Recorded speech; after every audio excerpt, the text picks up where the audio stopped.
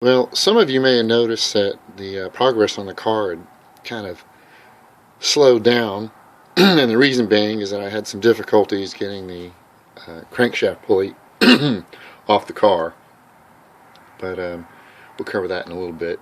Where I left off, we were going to remove the motor mount. So these three holes go through tops of this actual mount, and then there's a long bolt that goes through, actually I believe this side, through the frame of the car, and there's two nuts that hold it on this end and then a nut on this end to hold us all together.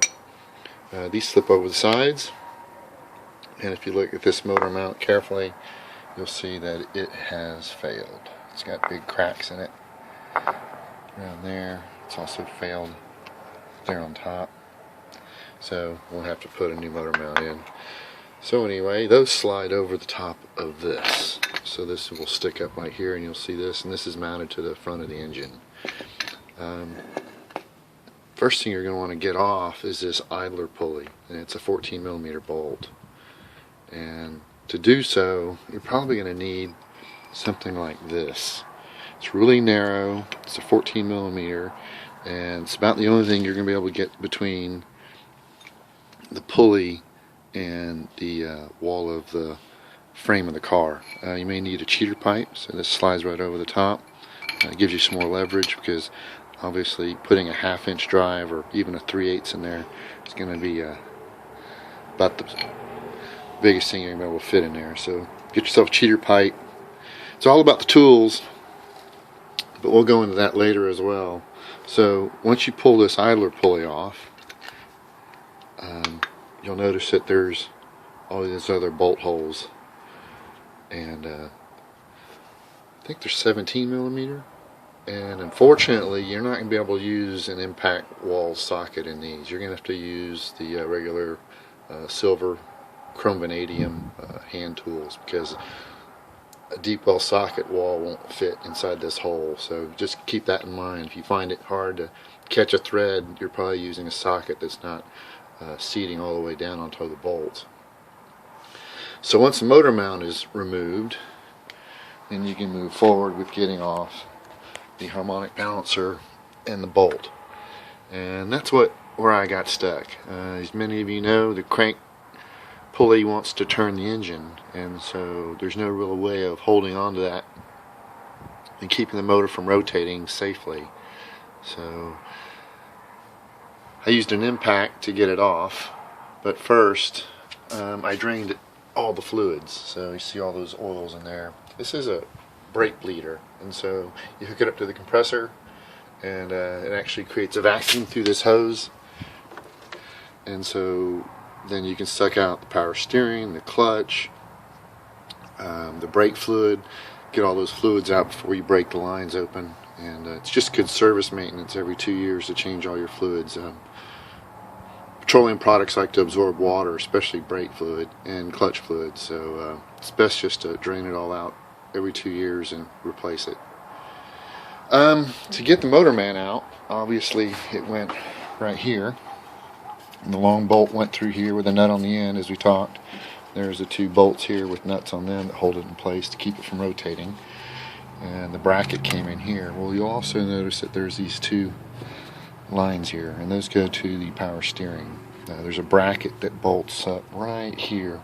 You're going to need to take that loose, and also remove the hose lines on the other end of the power steering so that you can get to that pulley we discussed, because it's going to sit right down here and really give you a hard time. So just be patient. So the next big thing that was holding things up, like I said, was getting the harmonic balancer off. And this is my Kraus Hausfield 3/8 impact drive. It's served me well. It takes off all the lug nuts for wheels that I've come across. So I figure it does about 150 foot-pounds of torque. It's advertised as 400, but for 35 bucks, I don't believe them for a minute. But it does what it needs to do, and I've never really needed something any bigger. But when I went to take off this crank pulley bolt, it just would not come off. So I tried using some freeze on it, which is always a good idea to try to use. Sometimes it works, but in this case it just wasn't enough. So I ran out to Harbor Freight after reading some reviews on this Central Pneumatic 3/4 inch drive, and as you can see, it uses a little bit of air. That's 7 CFM at 90 psi. That's quite a bit of air, so I can't vouch for your success without being able to provide enough air for this air tool. But just looking at the size, I can pick this up easily. This thing probably weighs 3 times as much as this does. It really is a heavy piece of equipment. So I put a little bit of oil in it. Don't ever forget to put this in when you use your air tools. And it zipped right out, and so now I can start moving forward. While we're on the subject, I kind of lightly breezed over the importance of this engine support, and it really isn't doing the subject justice, because more oil pans are crushed during the 60K service by mechanics that just do not care and just put something underneath the pan and crush it when they support the engine. And what happens is this part of the pan gets pushed in, and then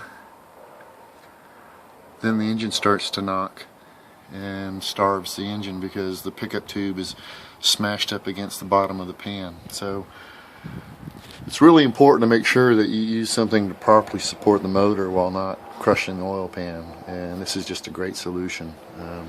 So best advice I can give you is get underneath the car and check your oil pan, because a lot of them have been damaged, and the car can go several thousand miles without a problem, but you turn in that one corner with maybe a quart lower than you should have been, and you'll spin a bearing. So something that everyone should be aware of owning a 3000 GT.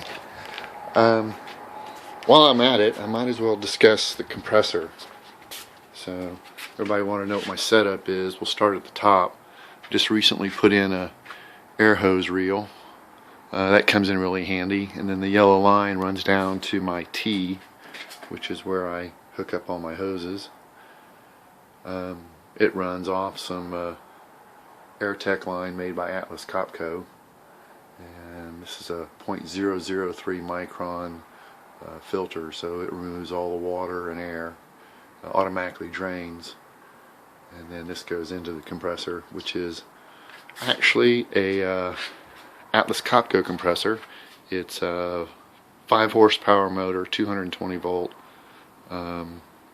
2-stage compressor, and it's a 60-gallon tank. It runs about